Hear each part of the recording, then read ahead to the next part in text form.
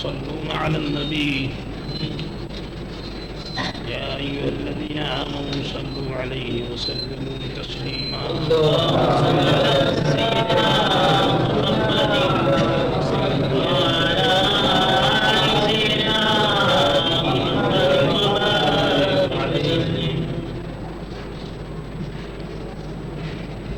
عن عمر رضي الله تعالى عنه يقول قام فينا النبي صلى الله عليه وسلم مقاما فأخبرنا عن بدء الخلق حتى دخل أهل الجنة منازلهم وأهل النار منازلهم حفظ ذلك من حفظه ونسيه من نسيه.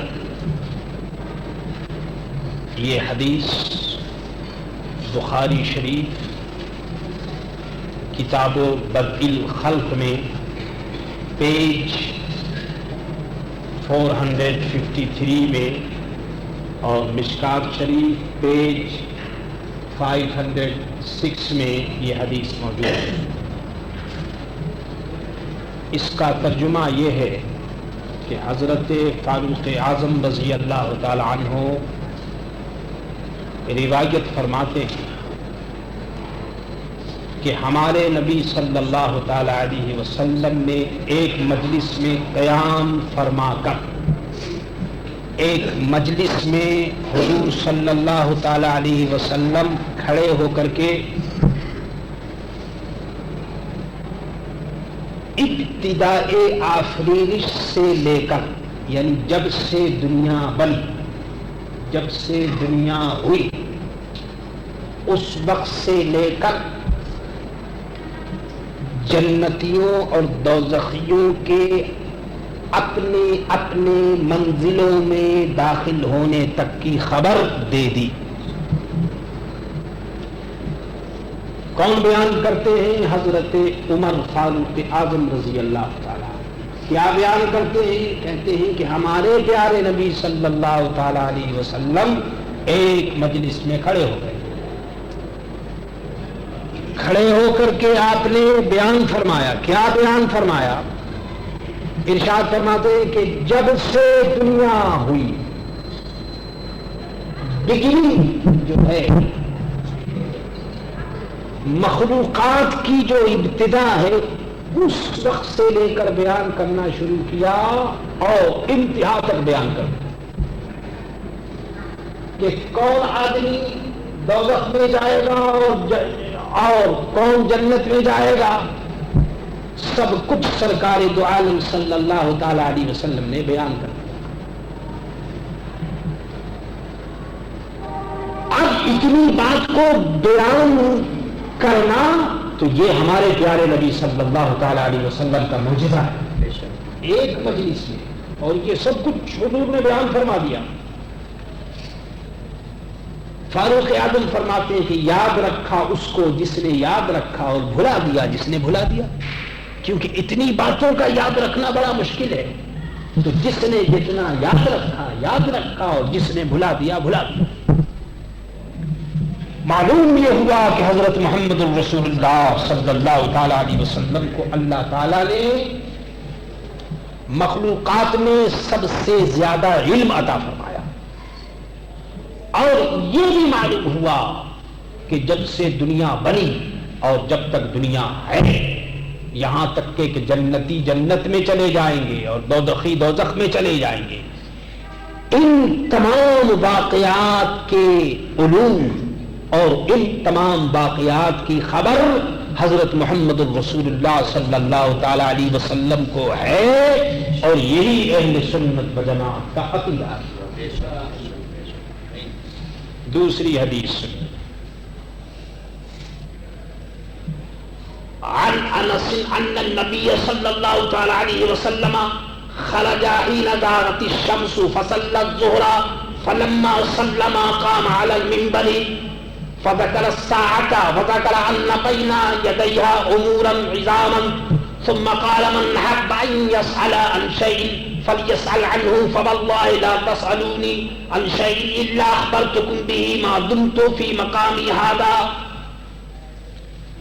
قال أنس فأكثر الناس البكاء وأكثر رسول الله صلى الله تعالى عليه وسلم يقول صلوني فقال أنس فقام عليه رجل فقال أين مدخلي يا رسول الله فقال النار فقام عبد الله بن حذيفة فقال من النبي يا رسول الله قال أبوك حذافة ثم أكثر أن يقول صلوني صلوني فبارك عمر على ركبتيه فقال رضينا بالله ربا وبالإسلام دينا وبمحمد رسولا قال فسكت رسول الله صلى الله تعالى عليه وسلم. یہ پوری حدیث میں نے آپ کو پڑھ کر سنا دی. یہ بھی میرے دوستو بخاری شریف کی حدیث ہے. باب ما یکرہ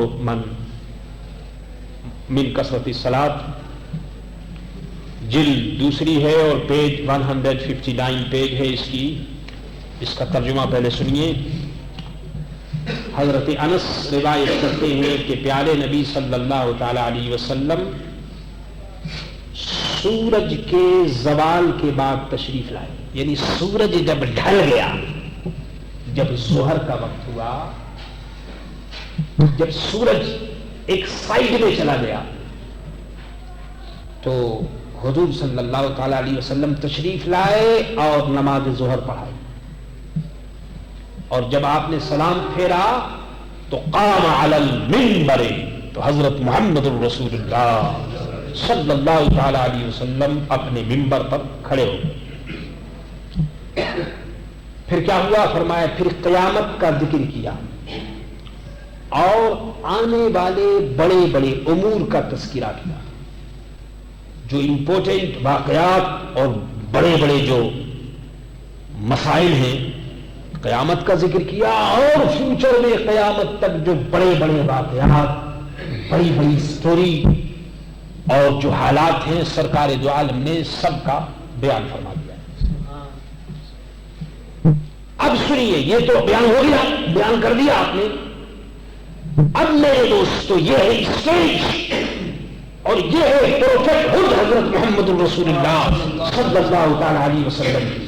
بیان کرنے کے بعد فرمایا کہ جو کسی چیز سے سوال کرنا پسند کرے، من احب ان يسأل عن شيء فليسأل عنه، جو کوئی کوئسچن مجھ سے کرنا چاہے، سوال کرنا چاہے تو وہ سوال کرے خدا کی قسم تم پر سے. جس چیز کا تم سوال کرو گے میں جب تک اس جگہ میں رہوں گا میں تمہیں اس کی خبر دوں گا. پوچھو. اب بتاؤ یہ کون ایسا کہہ سکتا ہے؟ کون آدمی ایسی بات کہہ سکتا ہے کہ جو پوچھو جو چاہو سوال کرو؟ میرے دوستو اس آسمان کے نیچے اور زمین کے اوپر سوائے آمنہ کے لال حضرت محمد رسول اللہ صلی اللہ تعالی علیہ وسلم کے کون یہ کہہ سکتا ہے کہ جو چاہو پوچھو؟ حضور نے فرمایا جو چاہو تم سوال کرو. میں اس مقام پر میں دمت فی مقام ہذا، میں منبر کے اوپر موجود ہوں، میں تمہیں اس کا جواب دوں گا. جب لوگوں نے یہ دیکھا تو فاکثر الناس البکاء، تو لوگوں نے بہت رونا شروع کر دیا. اللہ، لوگوں نے رونا شروع کر دیا کہ اللہ اکبر، آج تو پیارے نبی صلی اللہ تعالی علیہ وسلم کی شان معلوم ہو رہی ہے. آج تو ہمارے نبی صلی اللہ تعالی علیہ وسلم کی عزت و عظمت عجیب ہے. لوگوں نے حضور کے مقام کو اور عظمت کو اور روب کو دیکھ کر کے لوگوں نے رونا شروع کر دیا.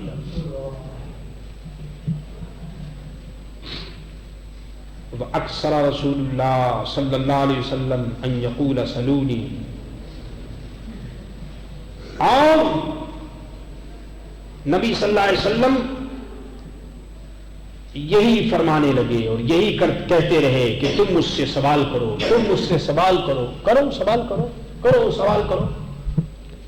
یہ سب کچھ میرے دوستو اس لیے ہو رہا تھا کہ سرکار دو عالم کو معلوم تھا کہ قیامت میں آنے والے کچھ لوگ ہوں گے، قیامت تک ایسی قومیں بھی آئیں گی کہ جو پیارے نبی صلی اللہ علیہ وسلم کے علم کا انکار کریں. کہیں گے ان کو یہ نہیں معلوم تھا، وہ نہیں معلوم تھا. ایسے بھی کلمہ پڑھنے والے ہوں گے، اس لیے فرمایا سوال کرو، بولو، بولتے کیوں نہیں؟ حضرت انس نے فرمایا کہ ایک شخص کھڑا ہوا ایک شخص کھڑا ہوا اور عرض کی این مدخلی یا رسول اللہ. وہ کھڑا ہوا اور اس نے عرض کیا کہ یا رسول اللہ میرے داخل ہونے کی جگہ کہاں ہے؟ میں کہاں داخل ہوں گا؟ میں کہاں جاؤں گا؟ اللہ اکبر. سنیے حضور صلی اللہ تعالی علیہ وسلم نے اس کے جواب میں فرمایا النار. اے شخص کے داخل ہونے کی جگہ جو ہے وہ دوزخ ہے. اللہ بتائیے، اندازہ کیجئے کہ سرکار دو عالم صلی اللہ تعالی علیہ وسلم نے فرمایا دوزخ میں جائے گا تو. میرے دوستو، پیارے نبی صلی اللہ علیہ وسلم کو سب کچھ معلوم ہے کون دوزخ میں جائے گا کون اور جنت میں جائے گا. حضور کو صلی اللہ علیہ وسلم کو معلوم ہے. ابھی اس شخص کا جواب ملا، عبداللہ ابن حذافہ کھڑے ہو گئے اور عرض کیا کہ یا رسول اللہ من ابی یا رسول اللہ، اے میرے آقا یہ تو فرما دیجئے کہ میرا باپ کون ہے. آپ جانتے ہیں یہ سوال کوئی معمولی سوال نہیں ہے. میرا باپ کون ہے؟ کیونکہ بعض لوگ اعتراض کرتے تھے ان کے باپ کے متعلق. وہ کہتے تھے کہ یہ ان کا باپ جو ہے وہ صحیح نہیں، تو یہ فوراً کھڑے ہو گئے. عرض کیا کہ یا رسول اللہ بتائیے کہ من ابی، یا رسول اللہ میرا باپ کون ہے؟ اللہ اکبر. یہ مسئلہ بڑا نازک ہے. یہ علم، یہ بتانا کہ کس کا باپ کون ہے. باپ تو کہہ سکتا ہے کہ میں فلاں کا باپ ہوں، ماں کہہ سکتی ہے کہ یہ لڑکا فلاں کا ہے، مگر دوسرا آدمی یہ کیسے بتا سکتا ہے کہ کون کس کا باپ ہے؟ حضور سے انہوں نے عرض کیا تو سرکار دو عالم صلی اللہ تعالی علیہ وسلم نے جواب میں ارشاد فرمایا کہ ابو کا حذافہ، اے عبداللہ تیرے باپ کا نام حذافہ ہے. اس کے کہنے سے جو لوگ اعتراض کرتے تھے ان کا اعتراض ختم ہو گیا اور سب کو معلوم ہو گیا کہ واقعی میں حضرت عبداللہ رضی اللہ تعالی عنہ کے والد کا نام جو ہے وہ حذافہ ہے. اب سنیے، پھر حضور نے فرمانا شروع کیا سوال کرو سوال کرو سوال کرو. ایسا معلوم ہو رہا تھا کہ سرکار دو عالم کو جلال ہے. حضور جلال کے اندر ہے، اور سرکار دو عالم کو اگر جلال آ جائے تو بتائیے اللہ. حضور کے اوپر ایک جلال تھا. اب اس موقع پر کون آگے بڑھے اور کون سرکار دو عالم صلی اللہ تعالی علیہ وسلم کے جلال کو میرے دوستو ٹھنڈا کرے. اس موقع پر حضرت فاروق اعظم رضی اللہ تعالی عنہ انہوں نے کیا کیا؟ سنیے، یہ ادب والوں کی باتیں ہیں. انہوں نے میرے دوستو سرکار دو عالم کی خدمت میں اس طرح سے بیٹھ کر کے ایسے یوں ایسے بیٹھ کر کے جیسے آدمی پیار اور محبت سے بیٹھتا ہے، اس کے اوپر بیٹھ کر کے ایسے جیسے نماز کے اندر بیٹھتے ہیں یوں ایسے بیٹھ کر کے سرکار دو عالم کی خدمت میں حضرت فاروق اعظم اور عرض کرنے لگے یا رسول اللہ رضینا باللہ ربا. اللہ اکبر. عرض کیا یا رسول اللہ ہم اللہ سے راضی، وبالاسلام دینا اور دین سے راضی کہ ہمارا اسلام ہے، وبمحمد رسولا اور یا رسول اللہ ہم آپ سے راضی کہ آپ میرے رسول ہیں. اس طرح سے فاروق اعظم نے حضور صلی اللہ تعالی علیہ وسلم کی خدمت میں عرض کیا تو حدیث کہتی ہے فسکت رسول اللہ، تو حضور صلی اللہ تعالی علیہ وسلم خاموش ہو گئے.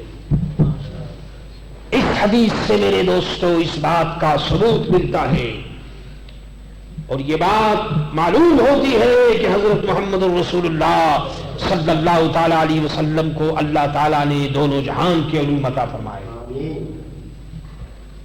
اب اگر وہ کسی وقت کسی علم کا اظہار نہ فرمائے تو یہ اور بات ہے. یہ ضروری نہیں کہ ہر وقت آدمی اپنے علم کا اظہار کرے.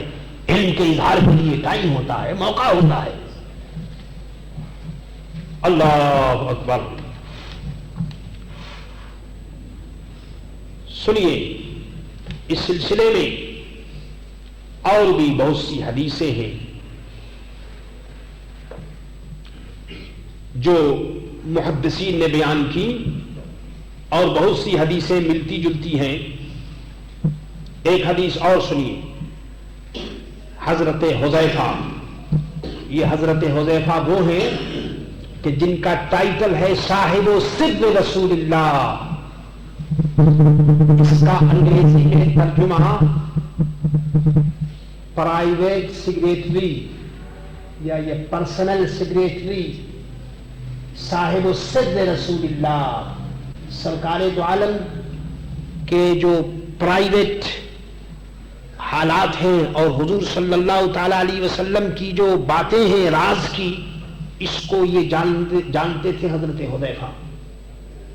حضرت حذیفہ کی شان یہ تھی کہ فاروق اعظم کے سامنے جب کوئی جنازہ آتا تھا تو فاروق اعظم کہتے کہ اے حذیفہ، آپ اس کی نماز جنازہ آپ پڑھتے ہیں؟ اگر حضرت حذیفہ اس کی نماز جنازہ پڑھتے تو فاروق اعظم اس کی نماز جنازہ پڑھاتے، اور اگر حضرت حذیفہ نہیں پڑھتے تو آپ نہیں پڑھاتے، اور فرماتے تھے کہ یہ منافق کا مردار ہے، یہ منافق ہے۔ حضرت حذیفہ ایسا علم حضرت محمد رسول اللہ صلی اللہ علیہ وسلم نے ان کو دیا تھا کہ وہ جانتے تھے کہ کون آدمی کیا ہے۔ وہ حضرت حذیفہ بیان کرتے ہیں، سنیے۔ ارشاد فرماتے کہ سرکار دو عالم صلی اللہ قال قام فینا رسول اللہ صلی اللہ علیہ وسلم ما ترک شیئا یکون فی مقامہ ذلک الی قیام الساعۃ۔ سرکار دو عالم صلی اللہ علیہ وسلم کھڑے ہوئے یعنی وعظ فرمایا، تو اس وعظ میں قیامت تک ہونے والی کسی چیز کو حضور نے نہ چھوڑا جو اسے بیان فرما دیا، ہر چیز کو سرکار دو عالم نے بیان فرمایا۔ تو فرماتے ہیں کہ جس شخص نے اس کو یاد رکھا تو یاد رکھا، اور جو بھلا دیا جس نے اس نے اس کو بھلا دیا۔ یہ تمام حدیثیں اس کے معنی ملتے جلتے ہیں، الفاظ میں کچھ تھوڑا بہت فرق ہے، مقصد سب کا یہی ہے کہ سرکار دو عالم صلی اللہ تعالی علیہ وسلم نے سب کچھ بیان فرما دیا۔ آج کا جو یہ ٹیکنالوجی جو ٹائم اور دور ہے میرے دوستو، آج کی دنیا کے اندر ایجوکیشن کے اوپر اتنا زور دیا جا رہا ہے کہ سمندر کے نیچے کیا ہے اس کو بھی انسان نے جان لیا، اور چاند اور سورج میں کیا ہے اس کا بھی کلیم کیا جا رہا ہے کہ اس کے اندر بھی ہم کو معلوم ہے۔ یہ سب چیزیں میرے دوستو اس 14ویں صدی میں ہم دیکھ رہے ہیں، لیکن میرے آقا صلی اللہ تعالی علیہ وسلم کی شان کیا پوچھتے ہو؟ حضرت ثوبان روایت کرتے ہیں، فرماتے ہیں کہ قال رسول اللہ صلی اللہ تعالی علیہ وسلم ان اللہ ضب لی الارض فرأیت مشارقها ومغاربها۔ حضرت ثوبان روایت کرتے ہیں کہ رسول اللہ صلی اللہ علیہ وسلم نے فرمایا کہ بے شک اللہ تعالیٰ نے میرے لیے زمین کو سمیٹا، زمین کو اللہ نے میرے لیے بریف کر دیا، تھوڑا کیا، تو فرماتے ہیں کہ میں نے اس کے ایسٹ کو اور ویسٹ کو، مشرق اور مغرب سب کو میں نے دیکھ لیا۔ اور ایک روایت میں فرمایا کہ میرے لیے دنیا کو ظاہر فرمایا، تو میں دنیا کی طرف اس میں قیامت تک جو کچھ ہونے والا ہوں، ہونے والا ہے، سب کی طرف اس طرح دیکھ رہا ہوں جیسے کوئی اپنی ہتھیلی میں دیکھتا ہے۔ میرے عزیزوں، میرے دوستو، حدیث کی کتابوں میں یہ سب کچھ موجود ہے، لیکن خوب یاد رکھیے کہ جس طرح آدمی کا مزاج اگر اچھا نہ ہو اور بخار کسی کو ہو جائے، مالاد ہو جائے، تو اچھا اچھا کھانا اور اچھی اچھی چیز اس کو اچھی نہیں معلوم ہوگی۔ ایسے ہی جو لوگ قرآن اور حدیث پڑھتے ہیں نا، جب ان کے عقیدہ خراب ہوتا ہے اور ان کو بدعقیدگی کی بیماری ہو جاتی ہے، ایک ہوتا ہے وہ ہارٹ ڈیزیز، اللہ بچائے اس سے، اور ایک ہوتا ہے فیتھ ڈیزیز، پیٹ میں جب بیماری پیدا ہو جاتی ہے نا تو اتنی موٹی موٹی کتابیں اور قرآن 300 پارہ پڑھنے کے بعد بھی میرے دوستوں وہ بات وہی بہکی بہکی باتیں کرتے. اس لیے آپ لوگ تو بات سنتے سنتے تو 30-40 سال ہو گئے. حضرت شیخ طریقت مبلغ اعظم اسلام مولانا عبدالعلیم صاحب رحمۃ اللہ تعالی علیہ تشریف لائے, بڑے یہاں واز ہوئے, اور اس زمانے سے لے کر کے 19 اور 27 سے یا 28 سے یہ سلسلہ چل رہا ہے, اور ابھی تو آپ سمجھ لیجئے کہ 71 ہے. اتنا عرصہ گزر گیا یہاں کے مسلمانوں کو بات سنتے ہوئے, لیکن ابھی تک جن کو پتا ہے ان کو تو پتا ہے, لیکن ابھی تک ہمارے دوستوں کو یہ معلوم نہیں کہ اپنا کون ہے اور غیر کون ہے. بس جدھر دیکھا ادھر ہی چلے گئے, جدھر دیکھا ادھر ہی چلے گئے. تو میرے عزیزوں, میرے دوستوں, یاد رکھو عقیدہ یہ سب سے بڑی چیز ہے. نہ تم جبہ دیکھو, نہ قبہ دیکھو, نہ امامہ دیکھو, نہ نماز دیکھو, نہ روزہ دیکھو, نہ قرت دیکھو, نہ کچھ بھی نہیں دیکھو. سب سے پہلی چیز عقیدہ ہے. اگر عقیدہ صحیح ہے تو نماز بھی اچھی, روزہ بھی اچھا, جبہ بھی اچھا, امامہ بھی اچھا, ہر چیز اچھی اگر عقیدہ اچھا. اگر عقیدہ صحیح نہیں تو میرے دوست کوئی چیز صحیح نہیں. اللہ تعالیٰ سب سے پہلے مجھے, آپ کو, سب کو اس پر عمل کی توفیق عطا فرمائے.